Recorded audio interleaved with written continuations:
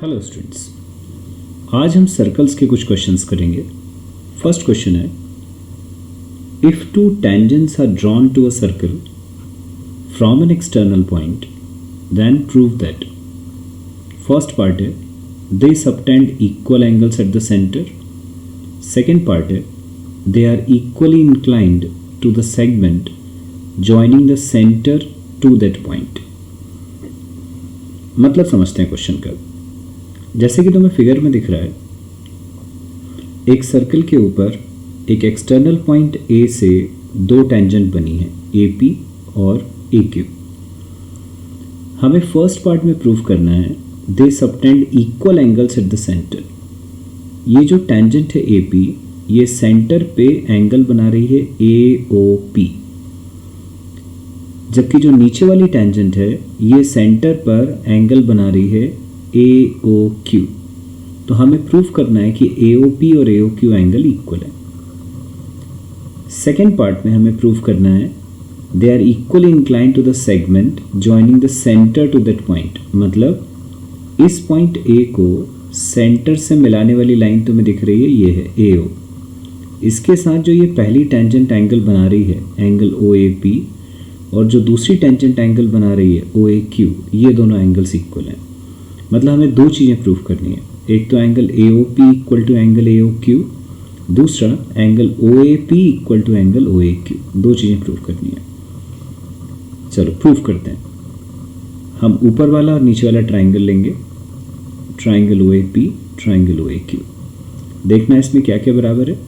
सबसे पहले ओ A equal to O ए, ये देखो ओ ए जो साइड है ये फर्स्ट वाले ट्राइंगल में भी आ रही है, सेकेंड में भी आ रही है, तो ये कॉमन है, तो O A equal to O A common. फिर O P equal to O Q, ये दिख रहा है तुम्हें।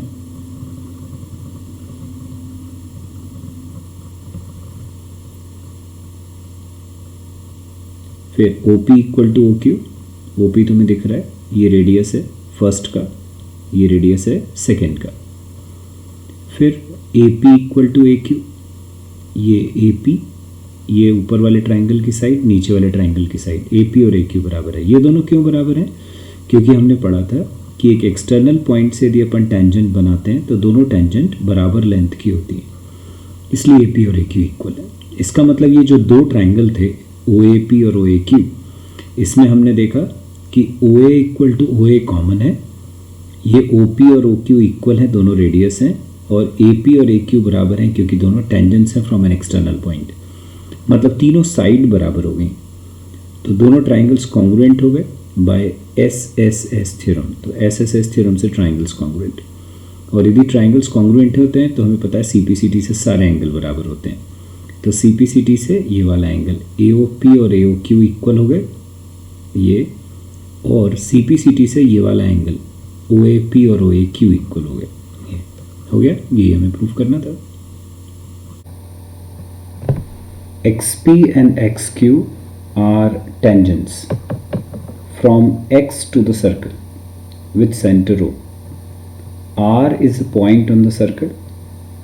Prove that XA plus XR equal to XB plus BR. देखो फिगर दिया हुआ है क्वेश्चन में। इस फिगर में तुम देख सकते हो एक एक्सटर्नल पॉइंट है X, उस एक्सटर्नल पॉइंट से ये एक टेंजेंट तुम्हें दिख रही है, ये दूसरी टेंजेंट दिख रही है। क्वेश्चन के अकॉर्डिंग एक्स पी और एक्स क्यू ये दो टेंजेंट्स हैं। आर एक सर्कल के ऊपर पॉइंट तुम्हें दिख रहा है। हमें प्रूफ करना है X A plus A R equal to X B plus B R. अब हमें प्रॉपर्टी पता है tangents drawn from an external point are equal. तो ये जो अपने x से एक टेंजेंट बनाई है ऊपर वाली एक्स पी, और ये जो नीचे वाली टेंजेंट है ये पूरी एक्स क्यू, ये ऊपर वाली एक्स पी और ये नीचे वाली एक्स क्यू, ये दोनों बराबर हैं। तो एक्स पी इक्वल टू हो गया एक्स क्यू। इसी तरह से तुम यहाँ देखो, ये पॉइंट है ए, यहाँ से दो टेंजेंट बनी है, एक ये ए पी और एक ये ए आर, ये दोनों बराबर है। ए पी और ए का ए आर इक्वल होगी। इसी तरह से यहाँ देखो बी क्यू और बी आर, ये दो टेंजेंट्स हैं, ये दो बराबर है बी क्यू और बी आर। तो ये तीनों जो कंडीशंस अपन ने निकाली, ये तीनों इसलिए वैलिड है क्योंकि ये टेंजेंट्स हैं फ्रॉम एन एक्सटर्नल पॉइंट। अब हमें पता है कि ये जो XP है, फिगर से तुम्हें दिख रहा है, ये XP, इसको हम लिख सकते हैं XA प्लस AP। इसी तरह से ये जो पूरा XQ है, इसको हम लिख सकते हैं XB प्लस BQ। तो हमने XP को लिख लिया XA प्लस AP, ये जो XP था यहाँ पे उसको लिखा XA प्लस AP, और ये जो XQ था उसको लिखा XB प्लस BQ। लेकिन हमें पता है AP AR के बराबर है, तो ये जो AP की वैल्यू है उसको यहाँ रख दिया, और ऐसे ये जो BQ BR के बराबर है उसको हमने BQ की जगह रख दिया। तो आ गया XA plus AR equal to XB plus BR। देखो यही अपन को प्रूफ करना था, हो गया। नेक्स्ट क्वेश्चन है, prove that the tangents at the extremities of any chord make equal angles with the chord. देखें इसमें अपन को क्या प्रूफ करना है। ये फिगर दिया हुआ है, क्वेश्चन में बोला है कि ये जो पॉइंट P है, यहाँ से दो टेंजेंट्स दिख रही हैं हमें, PA और PB। हमें ये प्रूफ करना है कि जो दो टेंजेंट्स हैं ये इक्वल एंगल्स बनाती हैं विद द कॉर्ड। कॉर्ड का मतलब होता है ऐसी लाइन जो सर्कल को दो पॉइंट पे कट करती है। ये जो लाइन AB है ये सर्कल की कॉर्ड है। तो हमें क्या प्रूफ करना है कि ये जो टेंजेंट है वो AB के साथ ये जो दो एंगल्स बना रही है, ये दोनों एंगल्स इक्वल होते हैं। तो एंगल PAB और एंगल ABP, इन दोनों को इक्वल प्रूफ करना है।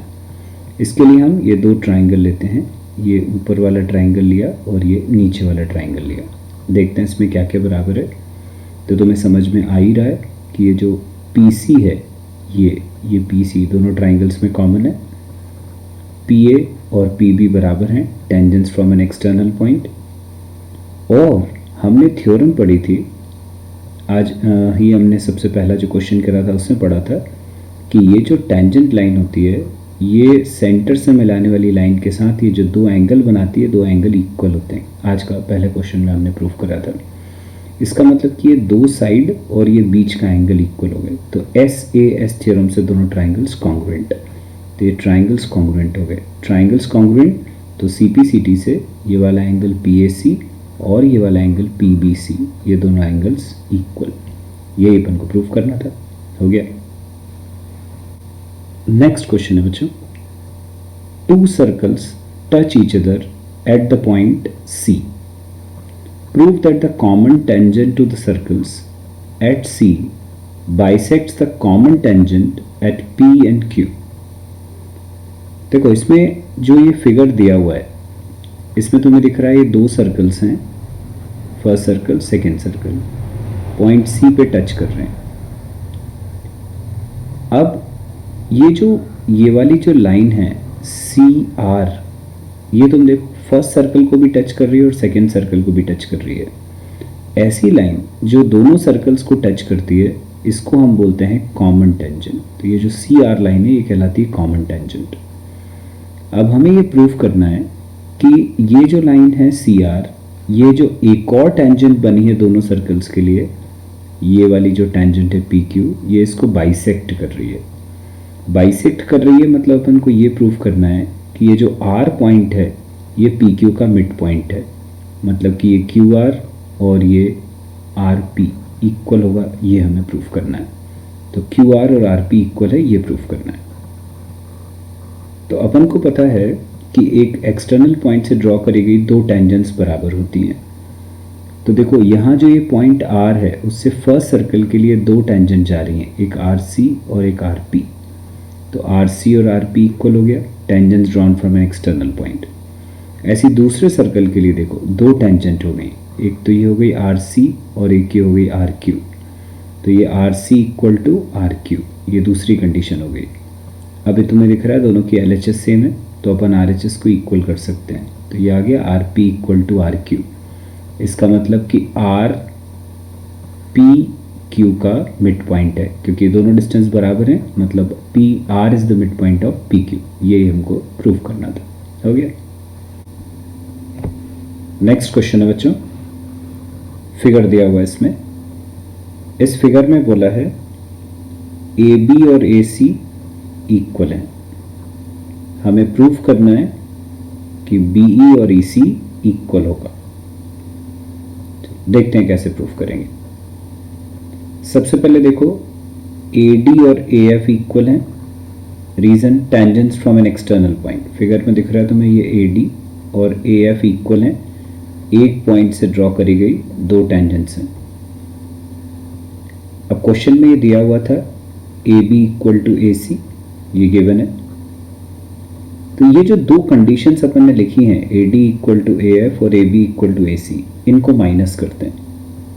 माइनस करा LHS में से LHS, RHS में से RHS, तो आएगा AB minus AD equal to RHS में से RHS माइनस करा तो AC माइनस AF। अब फिगर में देखें AB माइनस AD क्या होगा। AB ये पूरा है, यदि हम इसमें से ये ऊपर का पोर्शन AD माइनस कर देते हैं तो क्या बचेगा BD। राइट हैंड साइड में AC ये पूरा है, उसमें से यदि अपन ये ऊपर का पोर्शन AF माइनस कर देते हैं तो क्या बचेगा ये नीचे वाला CF। तो ये आ गया BD इक्वल टू CF। लेकिन अब फिगर में देखो BE BD के बराबर है, tangents from an external point. CE CF के बराबर है, tangents from an external point. ये हमने लिख लिया BE BD के बराबर है, CE CF के बराबर है। अब हम यहाँ लिख चुके हैं कि BD और CF बराबर है। इसका मतलब ये जो दो इक्वेशन लिखी हैं इनकी ये RHS इक्वल है, ये अपन पहले लिख चुके हैं। यदि RHS इक्वल है तो इनकी ये LHS इक्वल होनी चाहिए। तो आ गया BE इक्वल टू CE। यही हमें प्रूफ करना था। हो गया।